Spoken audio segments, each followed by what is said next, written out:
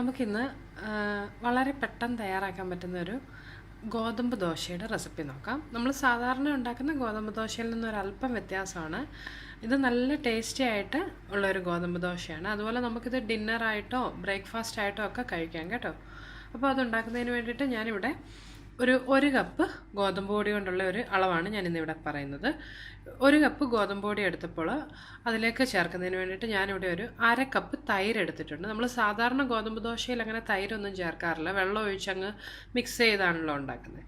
ഇന്നത്തെ ഇതിൽ ഒരു അര കപ്പ് തൈര് എടുത്തിട്ടുണ്ട്. ഒരുവിധം പുളിയുള്ള തൈര് കേട്ടോ, അങ്ങ് വല്ലാതെ പുളിയുള്ള തൈരിൻ്റെ ആവശ്യമില്ല. ഒരുവിധം പുളിയുള്ള അര കപ്പ് തൈര് എടുത്തിട്ടുണ്ട്. ഏത് കപ്പ് കൊണ്ടാണോ നിങ്ങൾ ഗോതമ്പ് പൊടി അളക്കുന്നതെന്ന് ആ സെയിം കപ്പിന് അര കപ്പ് തന്നെ തൈരും എടുക്കണം. അതുപോലെ ഒരു കപ്പ് വെള്ളം എടുത്തിട്ടുണ്ട്.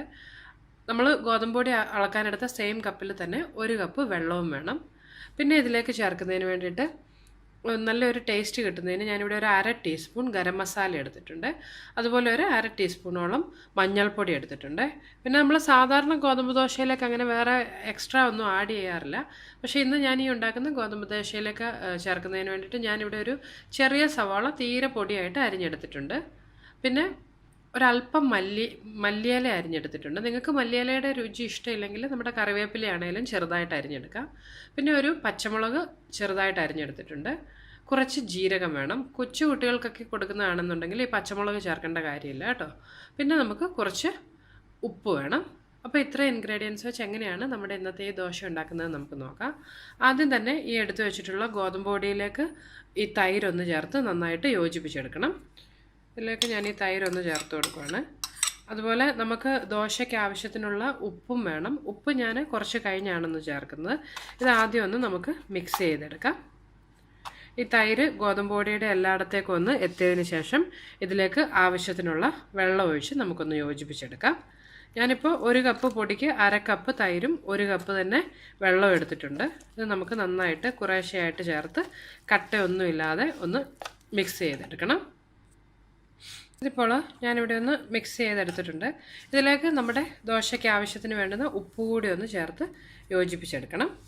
നന്നായിട്ട് ഇളക്കി എല്ലാം കൂടി ഒന്ന് മിക്സ് ചെയ്തെടുക്കണം. ഇപ്പോൾ ഞാൻ ഉപ്പും അതുപോലെ ഗോതമ്പ് പൊടിയും എല്ലാം കൂടി നന്നായിട്ടൊന്ന് യോജിപ്പിച്ചെടുത്തിട്ടുണ്ട്.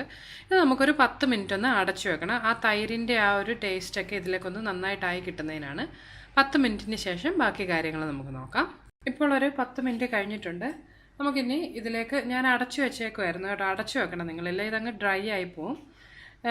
ഇതിലേക്ക് നമ്മൾ എടുത്തു വെച്ചിട്ടുള്ള മഞ്ഞൾപ്പൊടിയും അതുപോലെ ഗരം മസാലപ്പൊടിയും നമുക്കൊന്ന് ചേർത്ത് കൊടുക്കാം.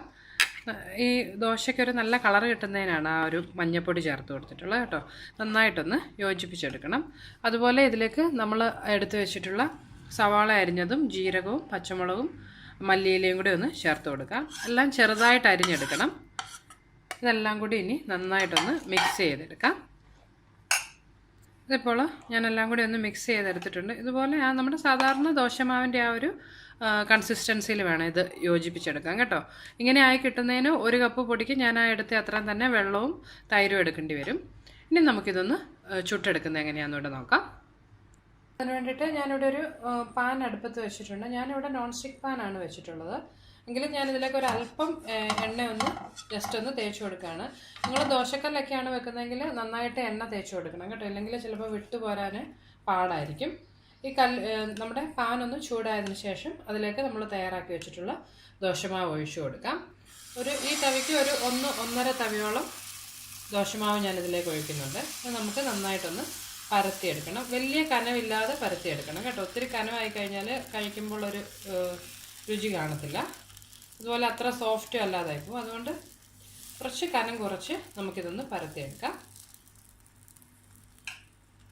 ഒരു 2-3 മിനിറ്റ് കൊണ്ട് തന്നെ ഇതിൻ്റെ ഒരു സൈഡൊന്ന് കുക്കായി കിട്ടും. ഇത് ഉണ്ടാകാൻ നിറം ഒന്ന് മാറാൻ തുടങ്ങിയിട്ടുണ്ട്. ഇത് നന്നായിട്ട് ഒന്ന് ഇതുപോലെ ആയി കഴിയുമ്പോൾ നമുക്ക് അപ്പുറത്തെ സൈഡിലേക്ക് കൂടി ഒന്ന് മറിച്ചിടാം. പിന്നെ നിങ്ങൾക്ക് വേണമെന്നുണ്ടെങ്കിൽ ഇതിൻ്റെ മുകളിലേക്ക് അല്പം എണ്ണയോ നെയ്യോ ഒക്കെ ഒന്ന് സ്പ്രെഡ് ചെയ്ത് കൊടുക്കാം കേട്ടോ. കുട്ടികൾക്കൊക്കെ കൊടുക്കുമ്പോൾ അങ്ങനെ ചെയ്യാം. ഹെൽത്തി ആയിട്ട് എണ്ണയൊക്കെ കുറച്ച് വേണമെന്നുണ്ടെങ്കിൽ അങ്ങനെ ഒഴിച്ചില്ലെങ്കിലും കുഴപ്പമില്ല. ഇതിപ്പോൾ ഒരു സൈഡ് ഒന്ന് ആയിട്ടുണ്ട്. നമുക്കിതിന് ഓപ്പോസിറ്റ് സൈഡിലേക്ക് കൂടി ഒന്ന് മറിച്ചിടാം. ഇപ്പോൾ ഞാനിത് ഓപ്പോസിറ്റ് സൈഡിലേക്കൊന്ന് മറിച്ചിട്ടിട്ടുണ്ട്. ഈ രണ്ട് സൈഡും ഒരു 1-2 മിനിറ്റ് വീതം ഒന്ന് കുക്ക് ചെയ്തെടുക്കണം കേട്ടോ. എങ്കിലേ നന്നായിട്ട് ആ ഉൾഭാഗമൊക്കെ അതിൻ്റെ വെന്ത് കിട്ടത്തുള്ളൂ. അതുപോലെ ഒരു മീഡിയം ഫ്ലെയിമിൽ വെച്ച് വേണം ഇത് ചുട്ടെടുക്കാൻ, ഇല്ലെങ്കിൽ പെട്ടെന്ന് കരിഞ്ഞു പോകാനും ചാൻസ് ഉണ്ട് കേട്ടോ. പിന്നെ നിങ്ങൾക്ക് നന്നായിട്ട് മൊരിച്ചെടുക്കണമെന്നുണ്ടെങ്കിൽ കുറച്ചേറെ നേരം ലോ ഫ്ലെയിമിൽ ഇട്ട് കൊടുത്താലും മതി.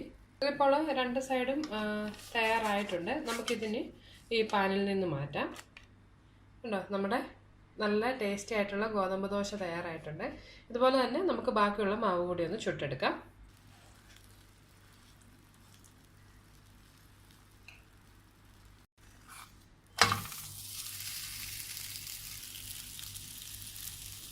നമ്മൾ എടുത്ത 1 കപ്പ് പൊടി കൊണ്ട് നമുക്ക് ഏകദേശം ഒരു 5-6 ദോശയോളം ഉണ്ടാക്കിയെടുക്കാൻ പറ്റും കേട്ടോ. അങ്ങനെ നമ്മുടെ നല്ല ടേസ്റ്റി ഗോതമ്പ് ദോശ ഇവിടെ തയ്യാറായിട്ടുണ്ട്. ഇത് നല്ല സോഫ്റ്റാണ്. അതുപോലെ ഇഷ്ടമുള്ള ചട്നിയുടെയോ സാമ്പാറിൻ്റെയോ ഒക്കെ കൂടെ കഴിക്കാനായിട്ട് പറ്റുന്നതുമാണ്. ബ്രേക്ക്ഫാസ്റ്റ് ആയിട്ടും ഡിന്നറായിട്ടും ഒക്കെ നമുക്കിത് ഉപയോഗിക്കുകയും ചെയ്യാം. കുട്ടികൾക്ക് തീർച്ചയായിട്ടും ഇഷ്ടപ്പെടും. അപ്പോൾ എല്ലാവരും ട്രൈ ചെയ്ത് നോക്കുക. നല്ല ടേസ്റ്റി ആയിട്ടുള്ള ഈ ഗോതമ്പ് ദോശ എല്ലാവരും ട്രൈ ചെയ്ത് നിങ്ങൾക്ക് ഇഷ്ടമാകുകയാണെന്നുണ്ടെങ്കിൽ നിങ്ങൾ മറക്കാതെ അന്നൂസ് റെസിപ്പീസ് എന്നുള്ള എൻ്റെ ചാനൽ സബ്സ്ക്രൈബ് ചെയ്യണം കേട്ടോ. നമുക്കപ്പോൾ മറ്റൊരു റെസിപ്പിയുമായിട്ട് വീണ്ടും കാണാം. ബൈ.